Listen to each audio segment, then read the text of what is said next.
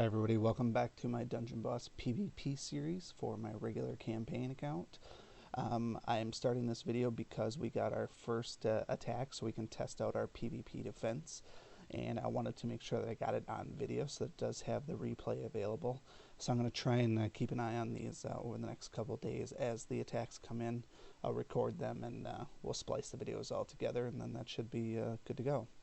So we can see already that it is a win, which is a good thing. Looking at the overall, they came in much more leveled than we did. We don't know what their overall rune stats look like, but because they didn't come in with a silencer to hit Grognog, it pretty much went exactly the way I thought it would do, and actually we wiped them pretty hardcore by the looks of it. So let's jump in here. I'm guessing it went pretty much exactly like I planned, where Grognog slows the team and Koros wipes the rest of them.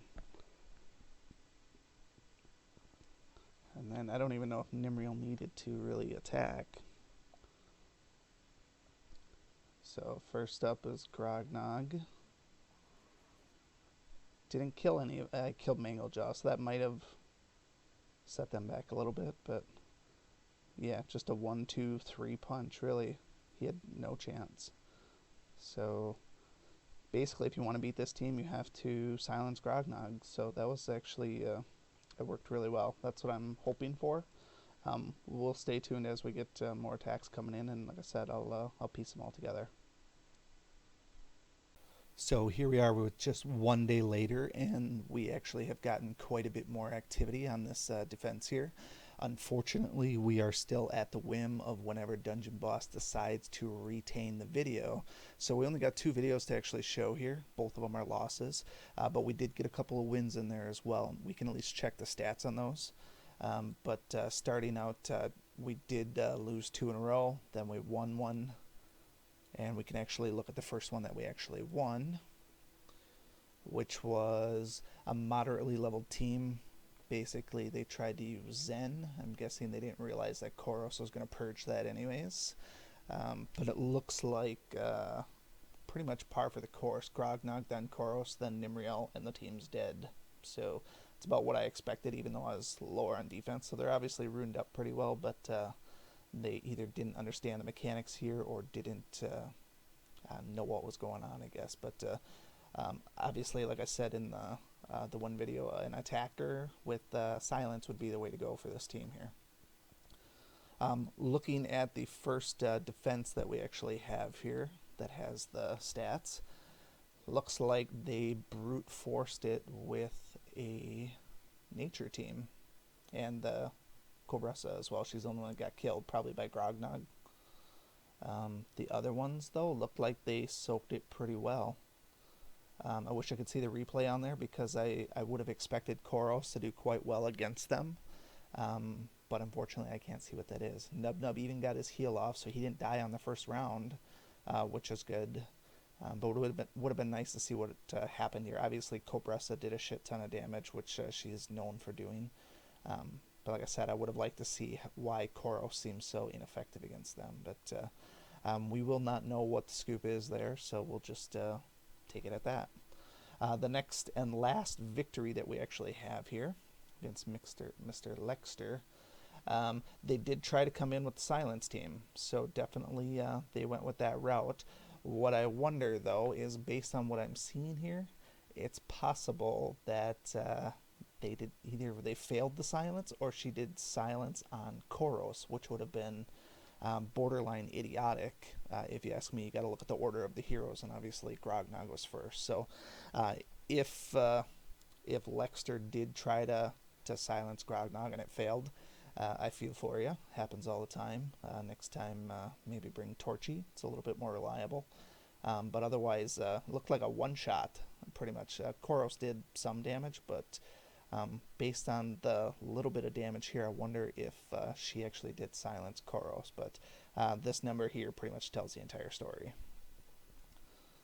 Alright, let's look at our actual losses. I love the name here, Harry Ballsack. So I feel like you deserve a win just for having a winning name like that. But we're going to go ahead and take a look at the team here. We have Shade, so we have a low-level Shade player, so we got a VIP coming in here. Definitely above me in levels, so no surprise there.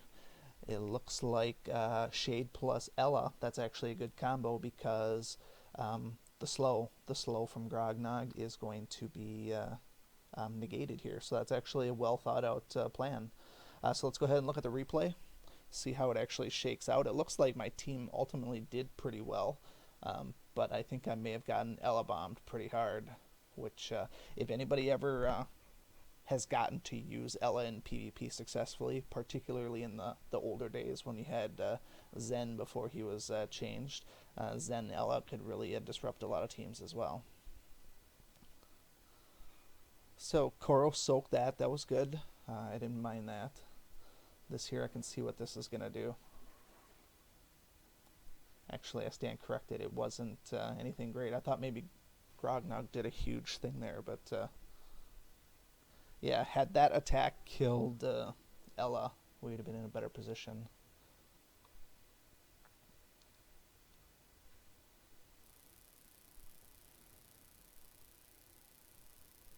Hmm. Oh, it was that. So anybody, here's what happened here. The charm on Grognog is absolutely brutal because you have to remember that every one of Grognog's attacks is two attacks. So he attacks one person, attacks another. Then he switches targets, attacks one person, attacks another. Then he switches targets again, attacks one person, attacks another. So it's just attack after attack after attack. So it's not surprising that she chose to do that. This little showdown here, though, I'm actually kind of surprised that Grognog lost this one. But I guess that Ella is ruined pretty hard for attack. She's got lifesteal. That's what kept her alive. But honestly, if it came down to Grognog versus Ella, I would have put my money on Grognog. That's actually kind of surprising. If I had the Celestial Evos to ascend him, there's no chance she would have actually beaten that because I would have done the Snow Day. It would have been lights out. So good hard-fought battle. I actually like that one. I don't mind losing to something like that because it wasn't just a BS one-shot type thing where it come in, soak all the damage, and kill me in one hit. I like the back and forth aspect, and Harry Balsack actually got a very hard-fought win, so I applaud him. So definitely not going to take anything away there. This one here is the Silence team. Like I said, here looks like it is a brutal, brutal beatdown. 3 fast heroes and a legendary. So this person here, in addition to having really good heroes, they probably have some decent runes as well, even though they're not really that much higher than me. Obviously, they got something going right. So we'll see. I'm curious to see what Hopper does. There's so many different thoughts about how to use Hopper and where to use her. And I'm wondering if she's ruined for attack here. But even just getting the disease is actually pretty brutal sometimes too. Silence on Grognog. That's basically the name of the game in this one, so he can't slow. I pretty much said that right from the start. Soaked Kira, not too bad. That's actually pretty good. But the thing is, with Grognog slowed, that opens up the door for their Igorok to go first. That's probably where this dungeon goes south. And actually, that disease here actually hurt quite a bit. But this is probably going to wipe the team now. Almost, basically, though. So that's actually a pretty good. Offense coming in. And really, we didn't even need Hopper. I mean, if they would have brought any other AOE, if they would have brought Black Diamond, it probably would have been the same result, to be honest. But once Grognog got silenced, any other crowd control hero coming in can do a ton of damage. And obviously, Igorok's got a high attack to start with, so that was a well-played dungeon there, so very tactical. So the only option I would have to fix that would be is if I came up with a really hardcore fast one, I would have to replace Nimriel there. And then if I put Kira back in here, maybe that would be the way to go. But I kind of like this setup as of now. But because even Kira doesn't seem, at this level, Kira doesn't seem to kill a lot of other fast heroes. So at least mine doesn't. If I had more stars, maybe. But we'll watch this. Defense for another day or so. If we get a couple more with actual videos, I'll go ahead and I'll tack these on, and then we'll go forward from there. So here's the last few data points at our PvP defense at level 40. We can see that despite the basically a good team. We're still not getting a lot of successful defenses. Thing we need to consider at this point is that where we're at in levels, we definitely need Ascensions to be tougher in PvP if we don't have some nice legendary runes or even some heroic runes, which my guys are not decked out the best in runes at this point. Couple that with the fact that there's always going to be somebody that can be higher level than me.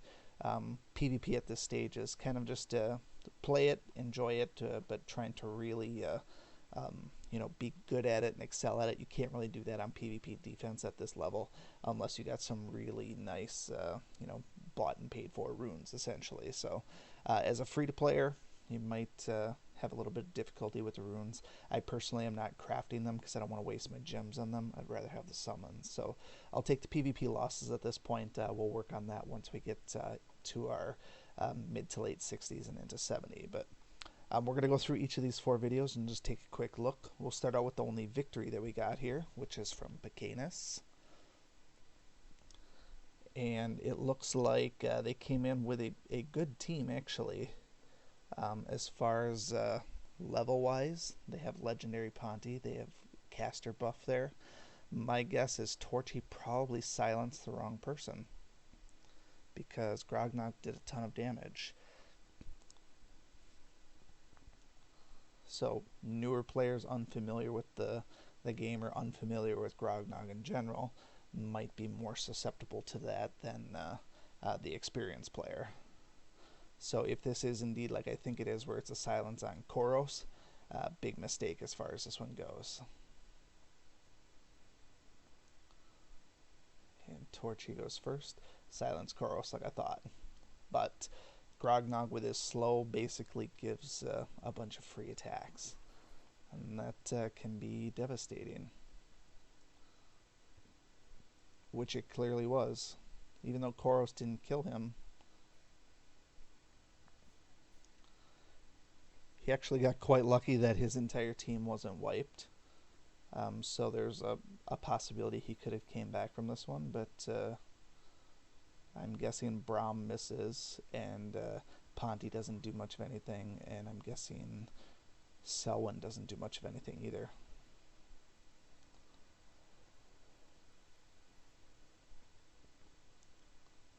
Yeah, he had a chance if Braum would connect here, which he did not. That might have been decent for him, but it looks like his days are numbered now. There goes Selwyn. Braum's still alive. That's good for him. 4-on-2 though.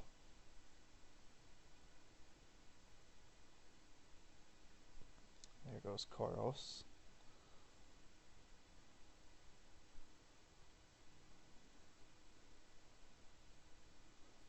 And let's see here. There goes Braum. I was wondering when this was going to start turning my direction. Should be just a one hit away now. Speed this up a little bit. We can kind of see what's going on here. So he had a chance, but ultimately the days on Braum probably cost him the match here. We know how this is going to end, so no point sticking around there. Now let's look at the teams that actually beat us. And obviously from what we saw here, it doesn't take a super powerhouse team to beat us. Really just anybody with a stronger team is probably going to get the job done. Alright, this is a pretty decent team. Kozar is always pretty good. Looks like they did some serious attacking on Hopper. Usually I don't see that, but let's have a quick gander. Looks like Grognak still got an attack off, but it must not have been enough. My guess is he was probably diseased and did not do a ton of damage. But Nitpick is a good hero early on if he doesn't get killed. Having that burn in PvP can be a nuisance if you don't have a healer that can heal through that. And then Emily's obviously good too, get that extra revive. My Koros probably wouldn't be able to kill her. So pretty good chops there, but no disease except for on Nub Nub. So this here was just ultimately, yeah, it missed Nitpick, which is very odd. Very odd indeed. Had that connected, it may have actually killed him. At the very least, it would have slowed him down. But I can see where this is going. This one's over already. Kozar's going to hit them both, probably. Yeah, dead. Nothing overly special there.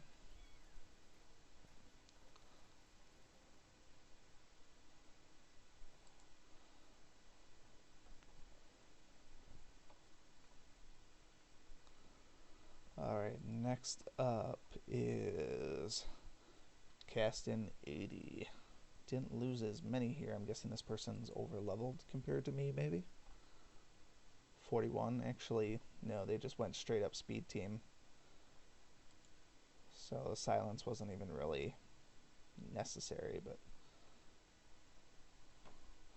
I wouldn't have thought a speed team would take this team down, but perhaps my assessment of Grognog as his defense is not as high as I thought it was.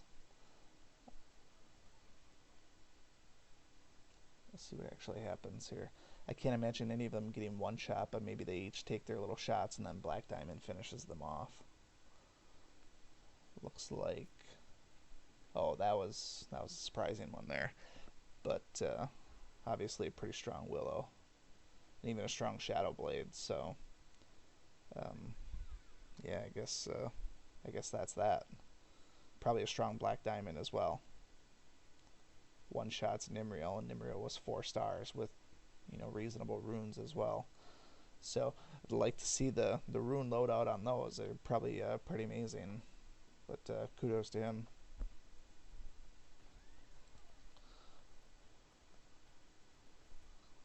Alright, we got one left on here. Let's see what it looks like here. Possum Booty. Don't know what to think about that. Not really a strong team in general. That's a Revenge, never mind. It's not the same team. They went with a silence, and I can't tell who they silenced, but obviously their Grognog got some hits on. Let's have a quick look. But I have mentioned before that speed is going to be the way to beat this team, and if you bring a silencer and silence Grognog, pretty much good to go there as well. If Grognog doesn't get his slow off and allow for Koros, I mean, we have to allow for Grognog Koros combo. If that combo is disrupted, this team pretty much loses. So I'm not expecting to win every match here. And that's the downside of not bringing in a fast hero. I opted to go with a healer instead of a fast hero, and that's ultimately the downside to this team here. I could put Kira back in there, but for whatever reason, he just does not want to one-shot anybody. So if he's not going to kill anybody, I don't see the need to put him back in there. But yeah, it looks like nothing special here. Just a war of attrition that he wins. Probably taunt on Stonefist, and then just slowly whittle it down. That was nothing. He dodged there, so that was saving grace there. Yeah, there's nothing special with this one. It's just going to be slowly killing, even with the little defense buff there and some heals. So had it not been 3-on-2, maybe could have survived a little bit, but 2 waters against Grognog, there's just no chance there. And then even with those 2 against Nub Nub, he would get those crit heals, but he's not getting any of them. Shadow Blade's just going to take him down too. So nothing exciting there, but plenty of defeats as far as this team goes. Okay, so this last set of data points is basically just some extra ones that occurred after the season ended and the new season started. I wanted to include this just because after the last segment, it looked like the team itself was kind of underpowered and just not living up to my expectations. I included these now just to show that the team does have its merits, and it actually does work pretty decent from time to time. So I wanted to include those so you could see that there was some successful defenses here, and if anybody has any ideas to improve this team, I'd be certainly glad to hear it. This is going to be the only commentary for now. I'm not going to comment on the actual videos themselves. I'll turn the volume back up so you can hear the sound effects if you like. Otherwise, we'll basically just see you again at level 45.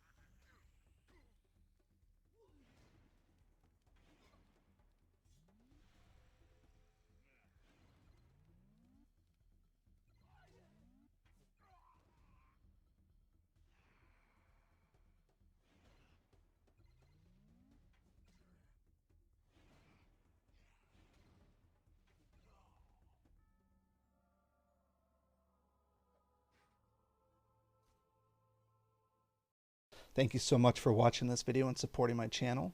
If you like this video, please show your continued support by hitting that like button, and be sure to check out both my YouTube channels for new content all the time.